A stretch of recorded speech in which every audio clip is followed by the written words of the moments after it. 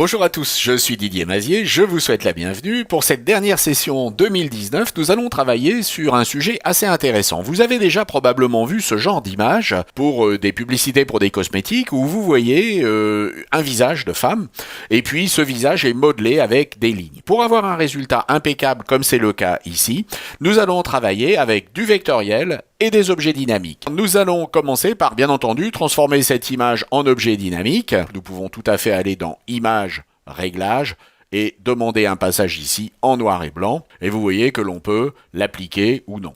Donc l'intérêt ici de l'objet dynamique, c'est de pouvoir toujours modifier les choses sur des éléments de façon non destructive. Nous allons commencer par utiliser notre outil plume. Nous allons choisir une forme et nous allons choisir de ne pas avoir de fond, d'avoir un contour blanc. Sur cette image qui a une haute définition, nous allons demander 3 pixels de manière à tracer notre première ligne verticale. Alors je vais ici tracer ma ligne. Avec la touche majuscule, je vais pouvoir la contraindre dans la verticalité. Une fois que j'ai appuyé sur la touche Entrée, j'ai obtenu ma forme. Je vais nommer cette forme verte et je vais la dupliquer un grand nombre de fois. Avec Command J sur Mac ou Ctrl J sur PC, je peux la dupliquer à peu près une trentaine de fois. Une fois que je l'ai dupliquée une trentaine de fois, je vais me placer sur la copie numéro 30, utiliser l'outil de déplacement et puis déplacer, toujours avec la touche majuscule pour contraindre dans l'horizontalité, mon trait. J'ai donc mon trait de début et mon trait de fin. Nous allons sélectionner la totalité de ces formes et nous allons demander ici un alignement de ces formes. Et j'ai obtenu mon tracé vertical. Alors ce que je vais pouvoir faire maintenant sur ce tracé vertical, c'est faire un clic droit avec toutes ces formes sélectionnées et créer un objet dynamique qui va inclure toutes ces formes. Copions cet objet dynamique avec cet article nouvel objet dynamique par copier et puis ma copie, bien je vais l'appeler, vous l'avez deviné, horizontale. Nous avons donc maintenant nos verticales et nos horizontales. Bien entendu, il va falloir transformer les horizontales avec Command T ou Ctrl T selon votre plateforme et ici nous allons faire pivoter cela de 90 degrés. Et vous voyez que maintenant j'ai mon horizontale. Nous allons valider. Nous avons donc nos verticales et nos horizontales. Je n'ai par contre pas besoin de toutes ces lignes et je ne vais travailler que sur cette zone. Je peux ici, en double-cliquant, ouvrir mon objet dynamique, sélectionner par exemple les 15 ou les 16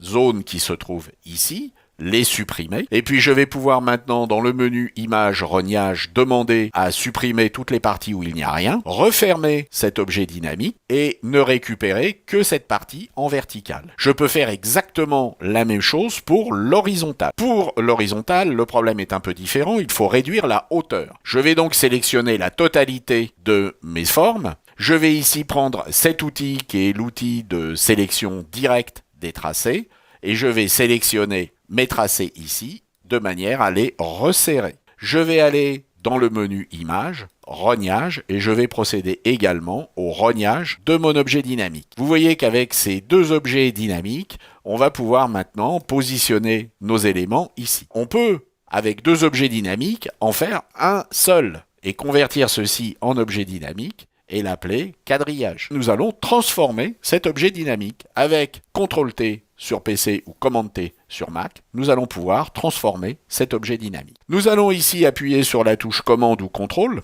vous voyez que la flèche change, et puis majuscule, de manière à pouvoir donner un angle à notre quadrillage. Et puis ce n'est pas tout, nous allons pouvoir également cliquer sur ce mode de transformation libre, où nous allons obtenir des poignées d'ancrage qui vont nous permettre de travailler en mode quasiment vectoriel. Vous voyez que ici, non seulement je vais pouvoir travailler sur ces éléments, je peux également modeler ce que je fais. Notez qu'avec la touche Alt, je vais pouvoir ici ajouter un certain nombre de points d'inflexion. Je vais donc pouvoir modeler, comme je le souhaite, mes éléments. Et puis quand je suis satisfait de ce que j'ai fait, eh bien je vais cliquer sur OK. Et vous voyez que j'ai obtenu ici mon tracé. Alors on va revenir sur ce que j'avais fait. Là, ce tracé, bon, bien entendu, était beaucoup plus soigné, mais vous remarquez qu'il était estompé de manière à n'être présent que sur le visage. Comment nous avons obtenu ceci? Eh bien, tout simplement en masquant ici. Nous avons donc cliqué sur cette petite icône, et puis nous avons ici obtenu un masque. Sur ce masque, nous allons placer un dégradé. J'ai choisi un dégradé noir au blanc, parce qu'il est par défaut, un dégradé qui est radial. J'ai demandé à ce qu'il soit inversé, et je vais pouvoir ici tracer en choisissant l'endroit où je veux que cela soit blanc et donc que l'image passe, et puis à l'arrivée ce sera noir à l'endroit où l'image ne passe pas.